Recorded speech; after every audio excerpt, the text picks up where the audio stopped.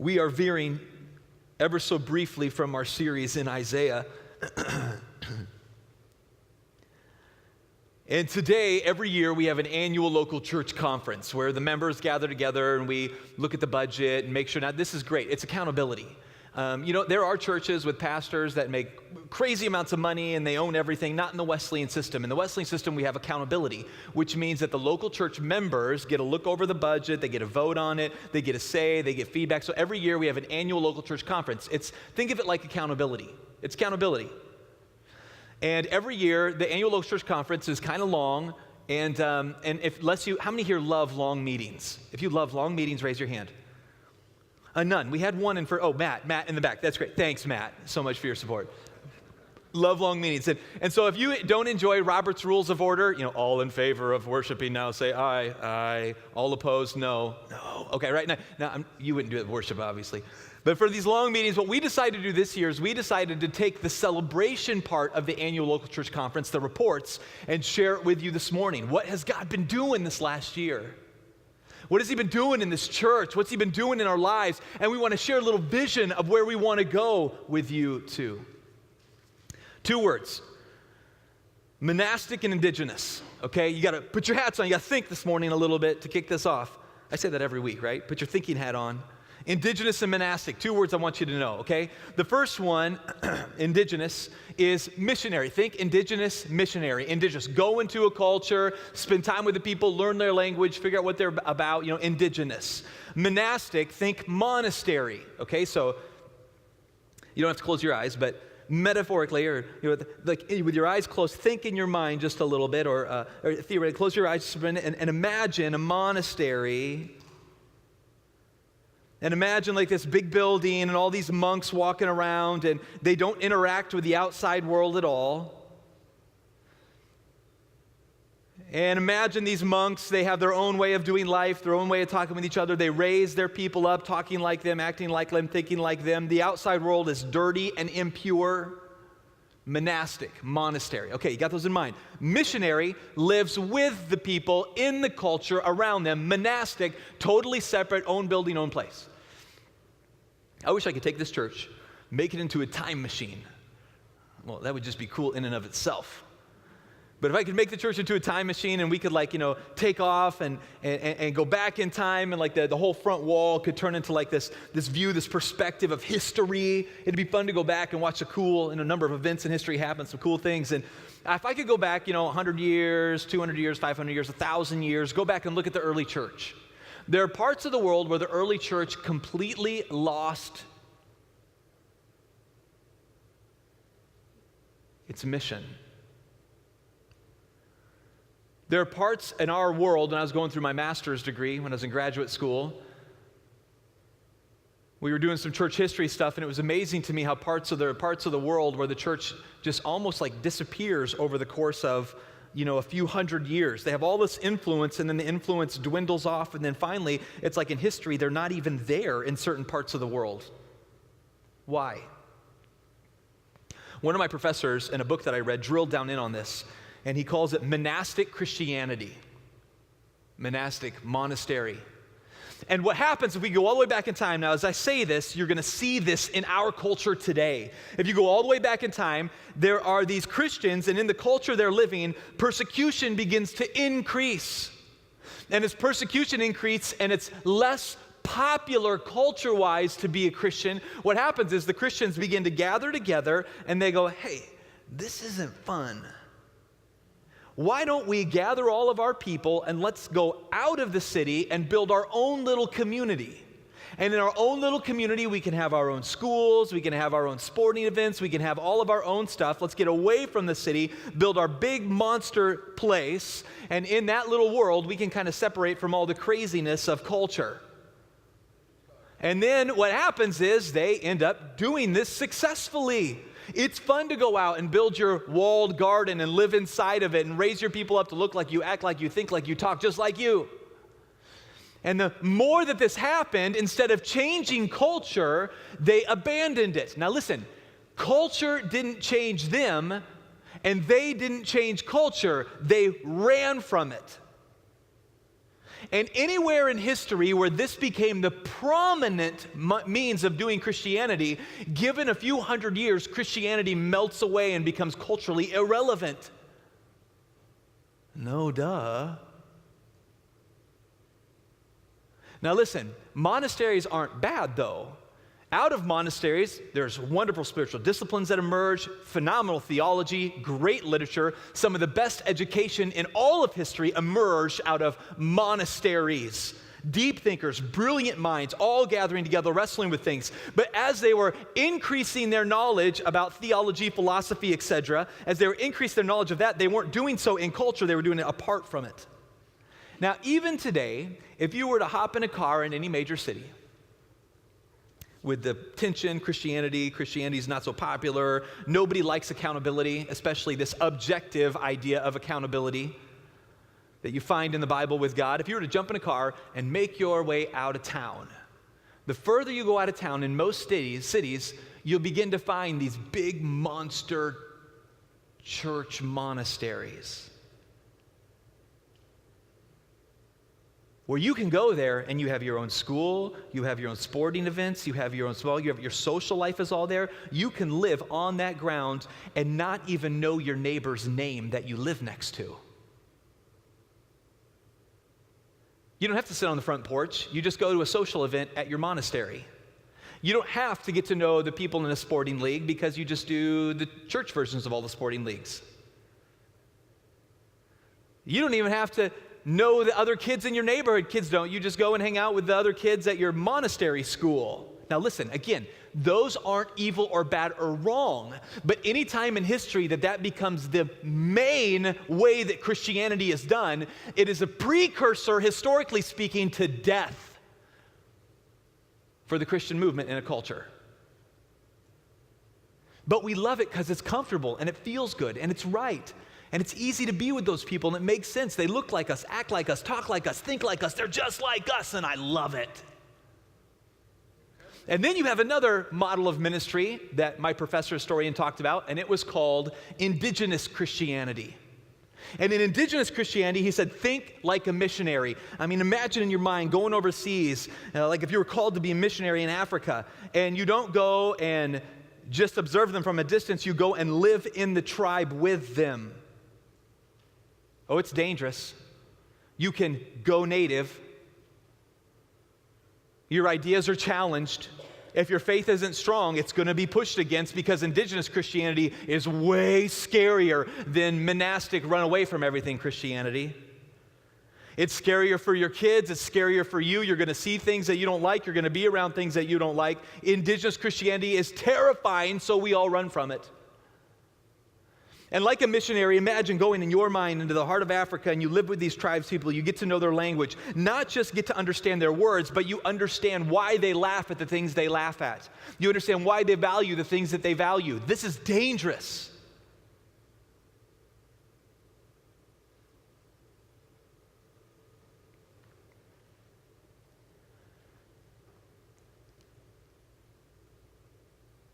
I have spent my life.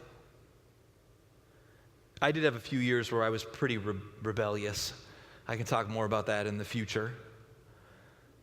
And was quite off in a few areas. But most of my life I've been around it. I mean, all of my memorable life, I've been connected with a university where they, like IW, and I remember back to IW, and my mom taught there, and Dad was the pastor of College Church, the church connected with Indiana Wesleyan University. I was surrounded by deep thinking, theologically rich professors. I mean, how many people grew up having Sunday school teachers that had PhDs? I did. And then from there, we moved down to Oklahoma, and my mom taught at Oklahoma Wesleyan University, and my dad is the pastor still today of First Wesleyan Church, which is the church connected with the university there. So yet again, immersed in these beautiful, wonderful, deep, theologically rich, philosophically strong, deep thinking people, immersed in them. I loved it. It was great in some ways. And I'd listen to stories of missionaries where they go into culture, they'd be a part of culture, they'd learn the culture, they'd save them with the hope of Jesus Christ. And I remember being a kid thinking, I go to school, public school. In fact, my parents made me go to public school because they wanted me to be around them, to share hope with them, knowing it was dangerous.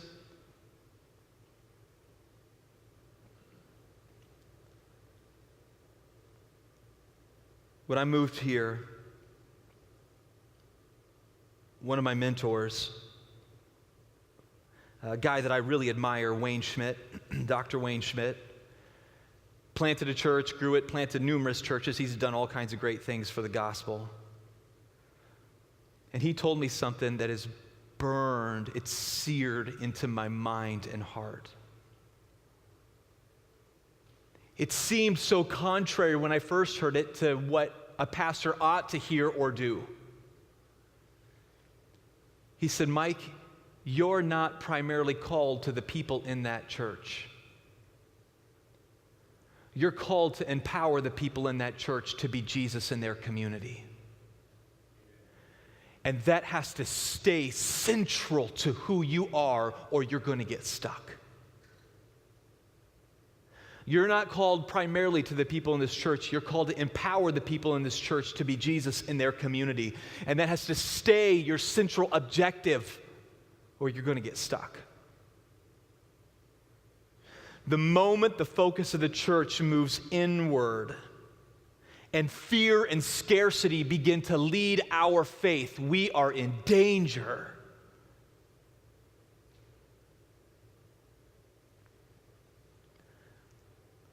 Matthew 28, 19 through 20 is our verse. Go therefore and make disciples of all nations, baptizing them in the name of the Father, Son, and the Holy Spirit, teaching them to observe all that I've commanded you, and behold, I am with you always to the end of the age. And out of that, a few years ago, we built our mission statement: love God, love others, and help others know and love God. Love God, love others, and help others know and love God. Love God, love others, and help others know and love God.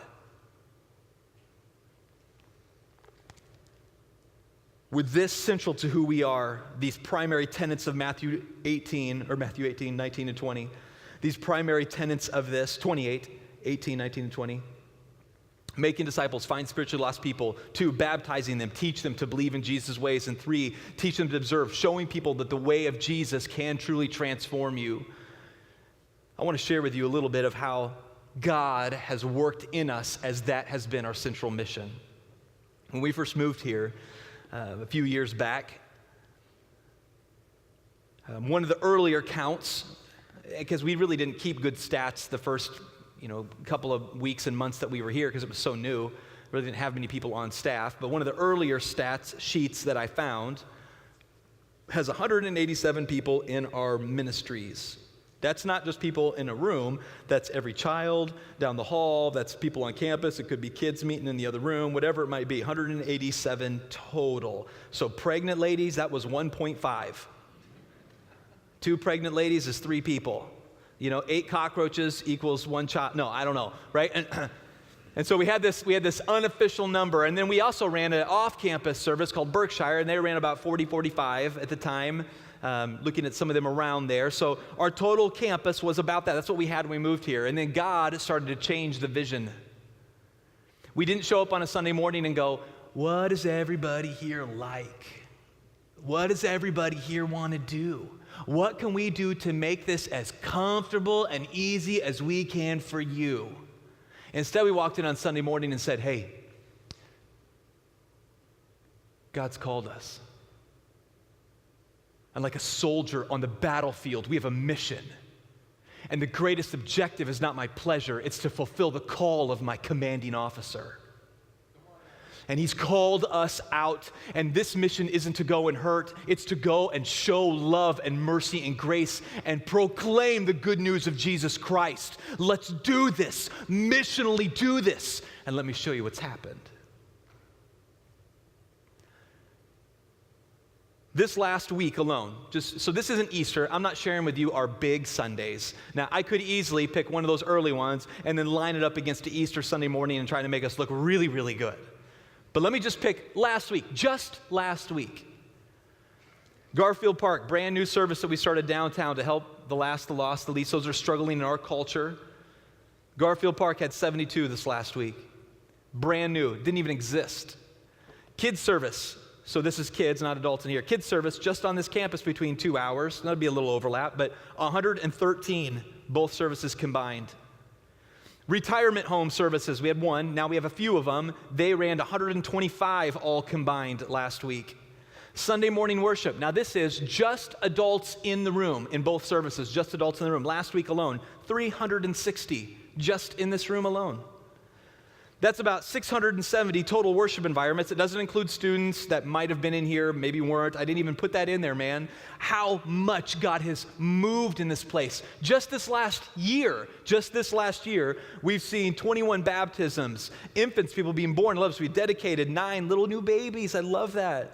Think where it's come from. We have 20 new members in the church. Now, this is not people, of course, the numbers are huge if it's just people that are coming and checking the church out. But these new members, just this last year alone, are people that said, I'm fully in. Whatever it takes, I will give my all, time, energy, money, effort, whatever it is to make the mission of Jesus Christ happen here. I'm fully in. We've had 20 people join us that way. Small groups, I love this. I think small groups are phenomenal. We now have 18 small groups with over 200 adults and 70 children attending them on a regular basis. That's 270 people in our church on a regular basis in a small group environment. That's massive for us to see where God has taken us. There are anecdotal parts of this ministry that I really love. The creativity has increased. I love watching what happens on stage, the worship, how good it tastes to be a part of a program and worship with people who so love Jesus, and knowledge of God isn't just interest in the protagonist of Christ, but they actually you can sense it, you can feel it. It's that anecdotal, subjective piece of the puzzle where it feels so alive and vibrant and good to be a part of something that's doing something. I love that. I love that. I love the drama team and the music and the creativity and the Easter programs and the Christmas stuff. Phenomenal. But I want to share with you for about 2 minutes a little bit of my big vision dream, okay? Now, what I'm about to share with you, 0 promises. Because I have a lot of big vision ideas, and like 8 of them don't work and 2 of them do. And I'm a bit of a risk taker, and I like to see stuff happen, and I'm a pusher. I get it. It's my personality. But I want to share with you so you can have a picture of where my heart is at. Now remember, indigenous Christianity. We are going to take the love of Jesus to these people in our city. We're going to show them the grace and mercy and hope of Jesus Christ. Here we go. First one is this. I want to see, over the next year, 2, 3 years, I want to see expansion of the inner city ministry, targeting immigrants. It's funny to me. We literally have had people downtown, Eric Keys shared this. We had immigrants downtown that basically knocked on the door and said, we just need people to help us worship. I mean, up here in the suburbs, where everybody's going after the exact same, piece of the socioeconomic pie, young wealthy families, you guys get 430 invites to church, and they all look the same. There's an empty couch that says there's a spot for you. At least they could use different promoters. But when you're ministering to people who nobody wants, 30 or 40 of them come to the door downtown and say, we're new to the community and we just need somebody to help us. They don't even have a pastor and they're begging for a spot to meet. When you minister to the people that have been forgotten. Expansion of the inner city ministry, targeting immigrants and the influx of those moving in because of urbanization, those that are moving back into the city. We want to start another service downtown, targeting them, not taking away, but adding to what we already do. We want to continue pushing. This is a huge one for me that Kathy and Eric and the team have done. This is so awesome. I love this. And I need your prayer. I need your prayers in a big way. We have a dream of starting a free medical clinic downtown. And we're this close. This close.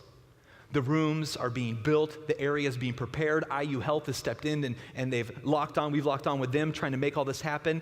And right now, we are one signature away of somebody, I won't say who publicly, one signature away of making this happen.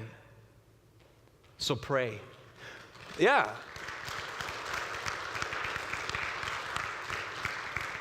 So pray. Pray that God would work in the heart of this individual. Pray for a miracle that he would spur him on, that somehow in powerful way we take all those state funds and money that we pour into stuff and we pour it back into the community to help them in a massive way. Pray for that. Pray for that. Another vision, mission, heart that I have, Hispanic ministry with the influx of immigrants here too. Wonderful, awesome Hispanic people. I would like to begin Hispanic ministry even on this campus. I would like to start ESL classes, Spanish translation in the services. I would like to launch one fully Spanish small group out of our church. I would like to see an expansion of the retirement homes. The retirement homes are going up all over the place. There's a whole group of people that are moving through our system that current church culture is leaving behind, and we want to go do ministry to them. That's what we do multiple times. With Berkshire and Allisonville Meadows and different places that we do this, we go out and we do a service for these older folks. We love on these older folks, the old hymns that they love. We preach at their level. We show Jesus to them. We don't forget them. We love them. All the way to the end, we love them. It's the right thing to do. From the poorest to the poor to the oldest of the old, we will be Jesus. Explore the possibility of expanding this campus. We're going to run out of space fairly quick at the current rate. And so we're exploring different campuses, different locations. But the way we're going to do this is not everybody gather together on one big campus to all look at one guy preach. We want to raise up leaders. Now, it's going to take steps. It's going to take time. We're going to have to work towards that. But we want to create powerful intern leadership programs where people can come here and we can raise them up to go be leaders themselves. I believe in my heart that it's better to have an army of smaller churches that are highly relational than one monster church where everybody just watches a handful of people do Jesus. And so we want to reproduce programs and systems that usher in the nature and heart and truth of Jesus Christ. And this is what we are working on. But it's not just me. In our lineup of people, between the child cares and the church side and everybody together, we have about 40-some employees. And out of those employees, there are 5 directors that work underneath me, and they kind of steer the ship. And we got together earlier this week, and I let them pour their heart out, share some of their vision and their hope for the year to come and years to come. And so we recorded this, and I want it recorded so I can have it, and we can go back and look at it. And so I'm going to show this with you. Check this out. Hear from the directors. Go ahead. We want to share about our hope and dreams of what's to come. I mean, the truth is we are far from being done. Our hope, our vision, our passion for this church and this community is way bigger than what we've even experienced. And so I want to take some time to go around and hear your vision, your passion, your hope for tomorrow, what God has yet to do. So let's do that. Jocelyn, let's start with you. For Trinity Kids, it's one of my greatest passions and desires. It's just for the kids to experience the love of Christ. And how do you get kids to experience that? One of the ways is through corporate worship, just learning how to worship Him. And this might be something that will be 10 years from now, but one day I would love to see the kids themselves have their own worship band where they not only are junior worship leaders, but they are worship leaders in the church. Another passion of ours is for the kids to know how to share what they are learning. And how do you teach children how to be a witness for Christ? We talked about that just this past Sunday. What does that look like? I'm 5 years old. How do I share the love of Christ with other people? And we talked about it just being fun, just playing with other kids. And I gave the kids this vision of, you just take a basketball and you pass the basketball to your friend and you say, hey, do you know Jesus? He's pretty cool. And a tangible way that we want to do that with the kids is by going into our community. And this summer we have a program called, I don't even want to call it a program, it's a ministry opportunity called Good News Across America. And we've since learned that one of our neighborhoods, they don't even have a basketball court. What they have is a metal pole with just a square on it where they might play basketball. And in Trinity Kids, we're praying that maybe, perhaps, we as a church can raise some money and put a basketball court in a basketball hoop, not a whole court, but a basketball hoop for the kids in our community to play basketball, and that our kids don't have to be afraid of interacting with kids that might not look like them or might not have the same opportunities that they have. But that doesn't matter. We can put those things aside and we can just play and have fun and share Christ with other children. Jocelyn, that is awesome. And one of the things I love is that you and we get to partner together because everything that you guys do in children's ministry, it directly affects me and the students that I get to work with. And so I love hearing your heart behind it. I love spending time with you and figuring out how can we as a team, you and me, how can we serve the next generation, not only here at Trinity, but how can we serve them in our community? I mean, in the Fishers, in the Indianapolis community, how can we do that? And partnering together, I love doing that with you, and it's such an honor for me. One of the things that I love is our students. Obviously, I'm the youth pastor. I spend time with our students, and I love it. I love hanging out with our students. But there is no doubt in my mind that being a student right now is difficult. It's not an easy task. You know, I graduated from high school almost 10 years ago, and high schools are so much different now than they were even 10 years ago. What I went through as a high school student is not what our students go through. And so one of the things as a youth pastor that I desire is to have an impact in our school system. So our high schools that we pull students from, both Hamilton Southeastern and Fishers, there's over 3,000 students in each high school. That is huge, 3,000 students in each school. So just high schools alone, we're talking about 6,000 students. And one of my desires, one of my goals, one of the things I want to see happen is I want to see our students have an impact on their school campuses. I want to have an impact as Trinity Student Ministry. I want to be connected and engaged with the school systems. I want to be connected with the leaders of the school systems, with the people that are running the schools. I want to be in the schools on a daily basis, spending time with the administration and with students. And in fact, one of the cool ministry opportunities that we've had this year is we're engaged in a program after school at Fall Creek Intermediate, working with 5th and 6th graders. And so every other Monday for the last 9 months, we've had 60 to 75 to even 80 kids meeting after school, spending time together, playing games, praying, having small group, getting to hear about Jesus. And so one of the things I want to do is I want to get into every school that we have. Every school in the Hamilton Southeastern School District, I want to get involved in those schools. I want to start after-school programs. I know it's not going to happen today or tomorrow, but I want to be involved. I want to be connected and engaged in those schools. And so this next school year, one of the things we're doing is we are working with Hamilton Southeastern Intermediate School, and we are trying to figure out how can we start a club there because we want to tell students about Jesus, and I see that as a great opportunity for us. And so that's where we're going. We want to impact this next generation, both Jocelyn and I together. We want to impact them, and I see being in the school systems as a great place, a great environment to be able to do that. And it's cool because we get to see the results of it too.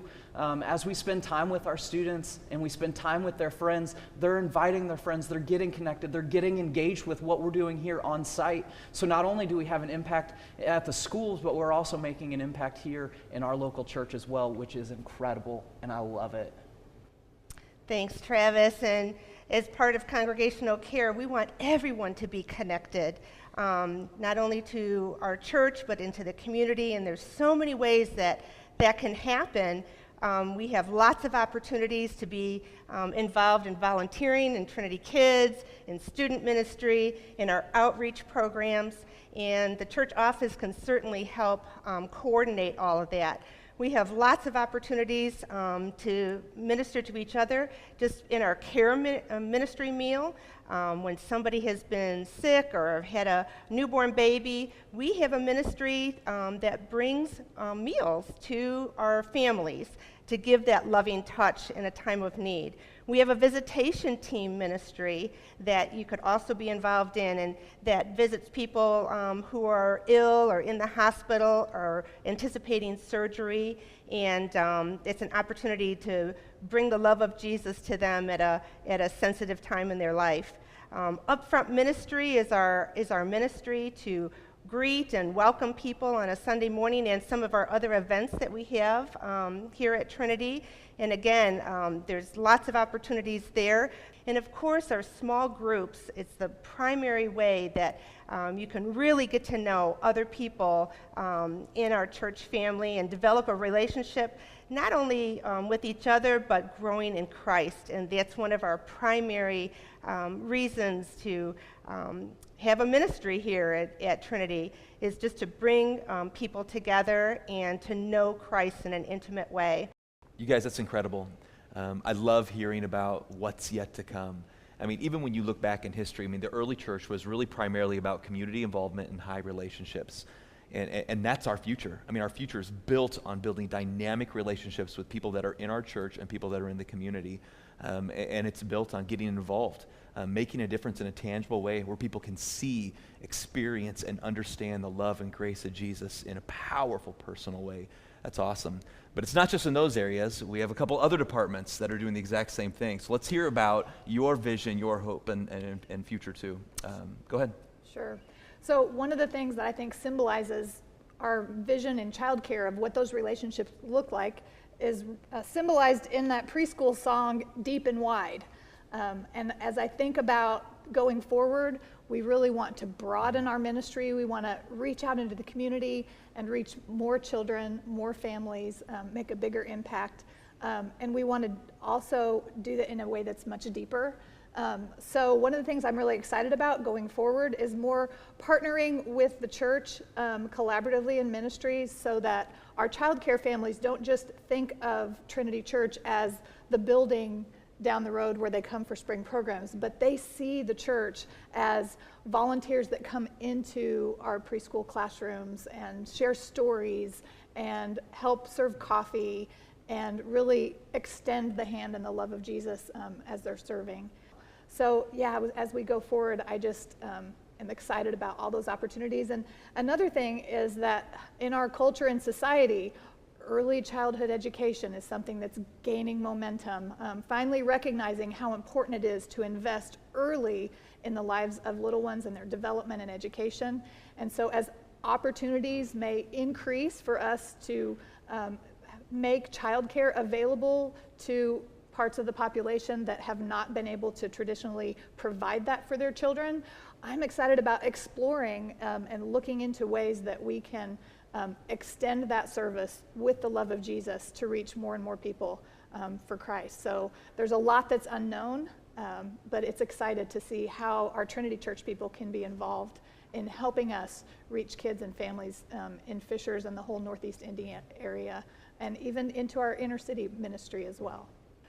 That's so much what I was hearing when a couple of us took a vision trip to the Adriatic region, which is Bosnia and Croatia. The way that the missionaries are reaching the people of their country is through the educational initiatives for early childhood and those who have learning disabilities. And we kept seeing this as we took this vision trip. We kept seeing how what we do here at Trinity is being mirrored with what they're doing there, and how that partnership can go deeper and wider. And I'm so excited for what God is going to do. Wouldn't it be great to have some of our people, children's and student ministry, resourcing those that are over in the Adriatic region, just in order to share the love and hope and joy that we have in Christ, and to do something practical like the educational piece of that. Just such a wonderful dovetailing of what we have here and what they need there. So you're going to hear more about that as we try and figure out across the Atlantic how we can partner with the missionaries that are there. And the downtown ministry that you hear us talk about so much, Garfield Park Neighborhood Ministries. You probably know it as a Thursday night service where we share food and serve, people who come in off the streets. And that's 100% correct, but it's just the beginning. Eric Key and I have a vision that would be a resource center that people would come to, that they would be able to be fed spiritually and physically and to grow in their faith in Christ. Right now, we do have the service. We have the Thursday night service and the meal. The truth of Christ is what really feeds. The food is just a way to minister to our physical body, but the truth of Christ is what people need. To know Jesus, to help others know and love God. I mean, that's what we're all about. Love God, love others, and help others know and love God. So there's a lot more that's going to be happening as God leads and as we work together. This is a team. This is not different departments. And each person is resourcing each other. And it's just been such a joy to see God work through each one of not just us, but each one of you as we reach out into our community with the love and hope of Jesus Christ. Love God, love others, and help others know and love God. That's what we're about. That's what we do. That's what we're going to continue to do. And the way that we're going to do that is by building dynamic relationships with the people in our community, loving our community. And the church is the place where we empower and teach and train up those to engage with us, alongside us, out in their community too. And it is an honor and a joy to get to work with you all. It's an honor and joy to get to work with the people that work for you, and to be able to participate in their lives and to watch the lives that are changed. And to now, we've been here long enough doing this that we're seeing lives that have been changed now changing lives too. And that powerful generational transformation is really, really cool to be able to experience, even for me as a pastor. I really believe the best days are still ahead of us. But we can't do this alone. I mean, and this is our call out even to you.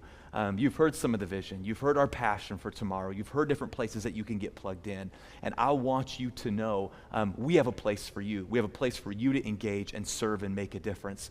And maybe you're thinking, I don't know where to get plugged in. I'm not even sure where to start. That's okay. Come, start trying some things out. Figure out what is your fit. Because there is a place. There is a place to engage that really can make a difference. And you all need help, right? I mean, you got it mostly figured out, right, with the glory grace. No, we do. We need help, and we need people to come alongside us and make a difference. And so the ball's in your court. It's time for you to engage and you be a part of tomorrow. We love you. It's an honor to get to work with you. And from the directors and I, know glory, grace, mercy of Jesus Christ poured out on you and poured out on our community. Yeah, you can clap for that. It really is truly a joy. Go therefore, make disciples of all nations, baptizing them in the name of the Father, Son, and the Holy Spirit. Teach them to observe all that I have commanded you, and behold, I am with you always to the very end of the age. Love God, love others, help others know and love God. Love God, love others, help others know and love God. Let's say it together. Love God, love others, help others know and love God. That's why we do what we do. At the very core, why we do, that's our mission, that's what we do. And why we do it is the scripture, because God called us to. His ways change everything. Oh, I got to change clothes, which Matt, the media guy, pointed out. Today is a weird Sunday. I had a different shirt on in the video that I wore on Sunday morning for service, and now I'm in my baptism clothes. It's the first Sunday ever. I've had 3 different sets of clothes on. And I hate shopping for clothes. And I hate changing clothes. Right? My wife picks out everything, pretty much, that I wear. But today I get to do it. And baptizing is one of the most wonderful, special things that a pastor gets to do. The proclamation of a life that says, I belong to Jesus. I'm going to follow his ways, walk in his ways. When it's little children or adults on either front, it is equally fun for me. And today we're going to shift gears. We're going to head over and do a baptism.